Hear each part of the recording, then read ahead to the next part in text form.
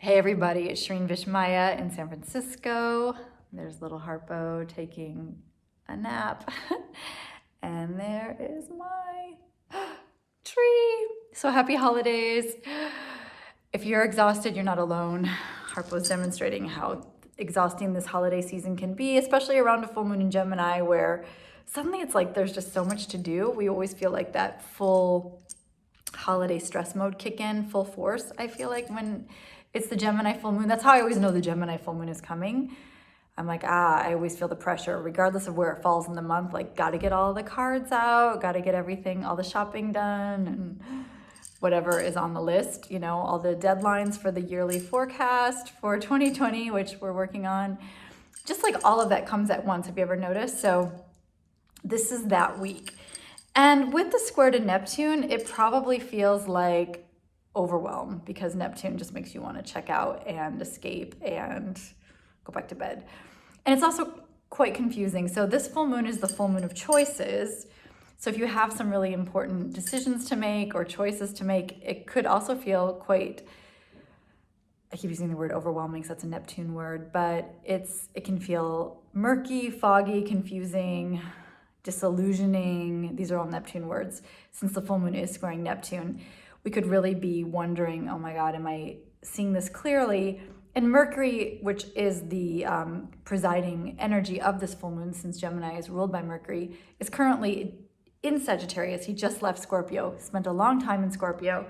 So this new fiery energy of Sagittarius, and Mercury is not in his happy place in Sagittarius because he likes to do all the detailed fine work, and Sagittarius is way more big picture. So we're all not in our highest level of discernment at the moment. We're more like just throw it out there and then, process it later. Foot in the mouth syndrome with Sagittarius. So keep that in mind when making decisions and when having certain conversations, or, it's just easy to go full fire and say something that's really blunt and you're like, but this is the truth, I got to get it off my chest, and then want to take it back or regret it. So that can be kind of the downside to Sagittarius, Mercury. And since that's the background energy of this full moon, we want to be a little extra careful about decisions since it's the full moon of choices, squaring Neptune, also squaring Lilith. So there could be a little bit of a dark, a little bit of a devious energy behind some of our decisions right now, where we want to just look at ulterior motives that we might have for ourselves. Are we trying to escape something? Are we trying to avoid something, some kind of responsibility, for instance? Because ultimately, right now, Saturn in Capricorn is still running the show as we head into 2020 very soon, because even if we look at the Mercury in Sagittarius, it's ultimately answering to Saturn in Capricorn because Jupiter's now in Capricorn. So everything's kind of taking us back to that powerful Saturn in Capricorn energy. There's really no escaping our responsibilities, our integrity, our commitments. We have to really make those the priority right now. And after a year of Jupiter in Sag, it's kind of a difficult shift because we want to kind of stay in the more, go for what feels like it's going to be really expansive in our lives and uplifting. And suddenly it's like, no, it's about Saturn. It's about, doing the right thing and taking the high road. And even if it takes longer, and even if it's not as fun, and even if it's kind of dry, and even if it feels like eating a piece of stale bread, if that's what it takes to get to your ultimate goal, you have to sacrifice certain things. And it's a little more conservative. So it's a little bit of a downer, to be honest, making that shift. So we may all be feeling that at this full moon too.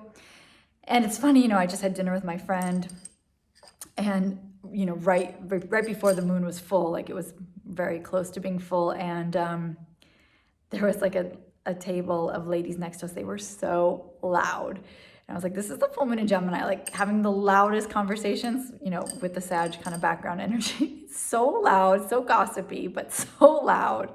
So you might be noticing a lot of really loud conversations around you over the next 24 hours, where you're just turn the volume down. But that's kind of that's the energy, the buzzy energy of the full moon in Gemini. But we're also considering there's a lot of stuff right now in the collective around teachers, around spiritual teachers, and what's true and what's false, and stories about teachers, and a lot of controversy and a lot of deception with spiritual teachers who have crossed boundaries. This is also a full moon in Gemini square Neptune kind of theme, where we're having those conversations about, okay, now which teachers have fallen from grace because they crossed the line, or, you know, how do we keep the accountability going with spiritual teachers so they're not taking advantage of their female students, for instance, as just one thing, or just their students in general. So I think we're going to see more of those kind of conversations coming up at this full moon, or we'll be rethinking them. We'll be going back over those, because, you know, whenever you're dealing with Gemini Sag things, you're dealing with teachings, you're dealing with truth versus fiction, gossip versus what is real, what is true, because the Gemini shadow side can be a little bit the gossip, you know, and do you believe the gossip, or do you go to the source to find out, is this just gossip or false information, or what's the truth here? Or do you just believe, like, people can make up anything these days, you know? So how do we get to the truth is kind of a big question at this full moon. So take the time to ask the questions to get to the truth. Don't just take anything on face value with the full moon square Neptune. That's a big theme. And making choices. I mean, sometimes it's funny, I've been trying to make some big choices, and I use all my oracles and consult people I trust, and try to meditate and ask my dreams, which is also a good thing to do with the full moon square Neptune. Dreams are probably off the charts right now. And also look for 2020. I'm doing some new dream work seminars I'm really excited about. So I'll be having those up soon. Oh, and speaking, before I forget too, we're going to have a tarot masterclass with Caitlin coming up in early January. I think it's January 5th. It's on my website already.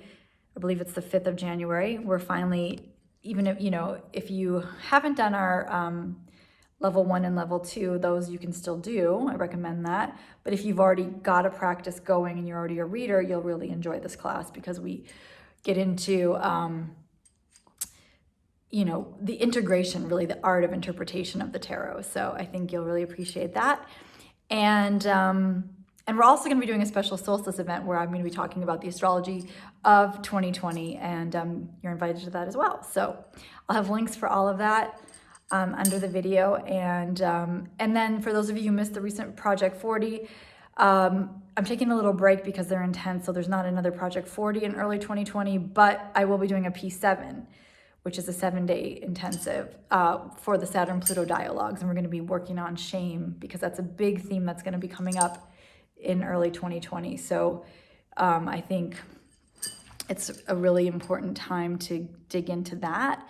And I'll also have information on that soon too. So those are kind of the projects coming up.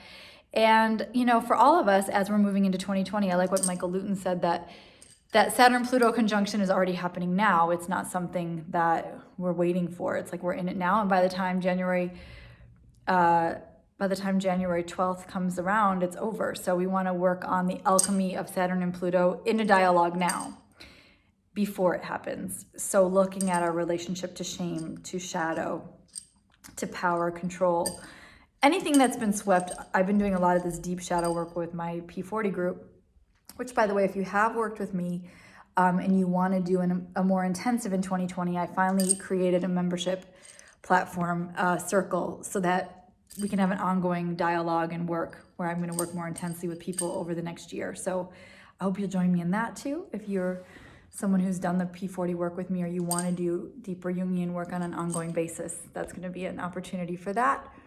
So yeah, I'll send more about that in my next newsletter, but I wanted to kind of just give you guys updates as we're in the full moon, and there's Harpo reminding us to take a nap.